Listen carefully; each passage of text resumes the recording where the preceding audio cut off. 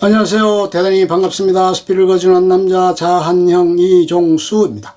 이번 시간은 1002번째 시간으로 글을 잘 쓰는 방법이라는 글을 읽어드리겠습니다. 글을 잘 쓰는 방법 유시민. 글쓰기가 왜 중요하냐면 여러분이 대학 입학 시험 치는데도 글을 잘 쓰면 좋죠.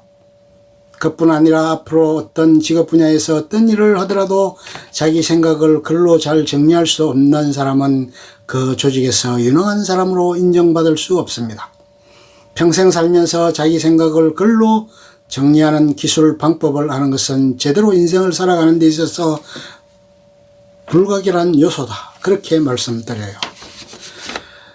제가 책도 여러 권 쓰고 신문에 칼럼도 쓰고 했습니다만 여러분만 할 때 단 한 번도 문외반장이었다거나 또는 이른바 글짓기를 잘해서 상을 받았다든가 이런 적은 단 한 번도 없습니다.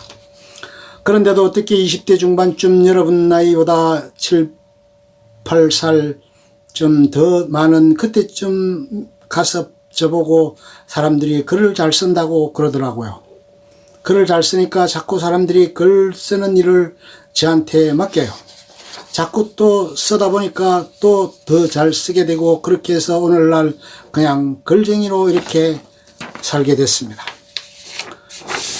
그런데 오늘 글을 잘 쓰려면 어떻게 해야 되느냐 하는 것은 제 자신의 체험을 이렇게 내가 경험했던 것을 돌아볼 때 이렇게 하면 잘 쓰겠다 하는 것을 여러분에게 이제 이야기하기 위해서 왔습니다.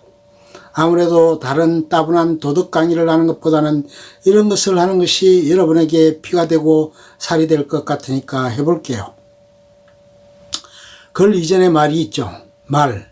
여러분이 글을 깨우치기 이전에 벌써 말을 했죠. 혹시 말을 배우기 이전에 글부터 배운 사람이 있습니까? 없죠. 말이라는 것은 어디서 나오느냐? 두뇌에서 나오죠. 생각이 있기 때문에 말을 하는 겁니다. 제일 앞서는 것은 생각이고 두 번째는 말이고 맨 마지막이 글입니다. 글이 먼저가 아니에요. 이게 아주 중요한 점인데 여기 생각이라는 것은 형체가 없죠. 만질 수도 없고 볼 수도 없어요. 결국 생각은 형체가 없는 것이기 때문에 어디엔가 담겨야만 모양이 생깁니다. 물하고 비슷해요. 물은 정해진 형상이 없습니다. 둥그란 그릇에 담으면 둥그란 모양이 되고 동그랗게 당기고 네모난 그릇에 담으면 물도 네모가 되게 되어 있어요. 언어라는 것은 말, 글을 합쳐서 언어라고 하죠. 언어라는 것은 생각을 담는 그릇입니다. 그런데 생각이 많이 있어야 그 다음에 언어로 그것을 표현할 수 있다 이렇게 생각할 수도 있지만 그릇 자체가 없으면 물을 담을 수가 없어요. 그릇이 없으면 물이 담기질 않습니다. 그래서 언어가 있어야만 사람이 생각을 할 수가 있어요. 언어가 없으면 생각을 못합니다. 사람은 언어를 통해서 사고하죠. 그래서 어떤 사람이 얼마나 풍부한 언어를 가지고 있느냐가 그 사람의 생각의 크기를 결정해요. 그릇이 1리터짜리면 물도 1리터밖에 담기질 않죠. 그릇이 10리터짜리면 물도 10리터가 담깁니다. 자기가 알고 있는 어휘가 많을수록 그 다음에 그 단어를 효과적으로 사용하는 방법을 알수록 여러분은 더 많은 생각을 머릿속에 담을 수가 있어요.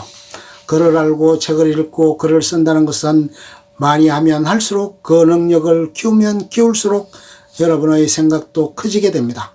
언어는 생각을 담는 그릇이고 어휘가 적은 사람은 결코 풍부한 깊은 사색을 할 수가 없습니다.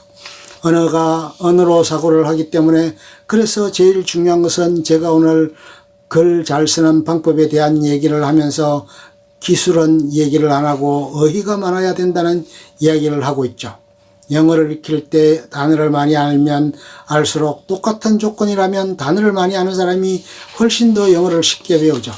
우리를 말이라고 해서 다 잘한다고 생각하지 마세요. 여러분이 일상생활에서 사용하는 어휘는 몇백 개 되지 않습니다. 사람마다 알고 있는 어휘, 자기가 사용할 수 있는 어휘의 숫자가 굉장히 차이가 크게 납니다.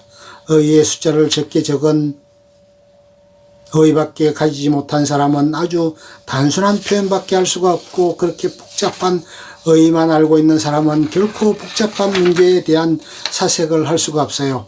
글을 잘 쓰는 방법 첫 번째는 어휘입니다. 어휘를 많이 알아야 돼요. 어휘를 많이 알려면 어떻게 해야 하죠? 책을 보는 수밖에 없어요. 우리가 일상생활에서 사용하는 단어는 몇백 개 되지 않아요. 여러분 300단어만 알면 영어 회화를 할 수 있다고 하죠. 충분히 할 수 있습니다. 히딩크 감독을 보세요. I am still hungry. 딱 네 단어잖아요. 나는 계속해서 이기고 싶어. 네 단어로 표현하잖아요. 글이 복잡한 것도 네 단어로 표현하는데 우리가 200~300단어만 있으면 생활하는데 아무 지장이 없어요. 여러분이 전부 다 우리말을 하지만 똑같은 우리말을 하는 게 아니에요.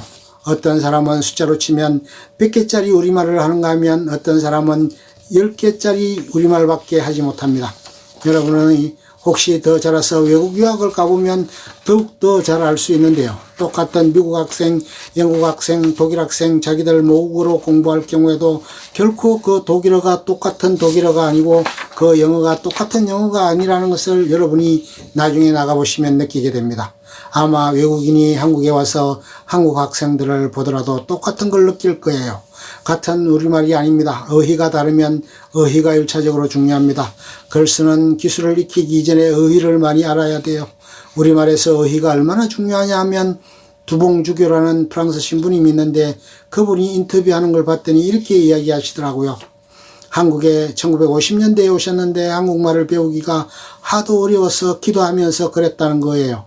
아, 이 나라 말은 악마가 만든 말임에 분명하다. 한국말이 배우기가 굉장히 힘든 말이에요. 어미 변화가 굉장히 심합니다.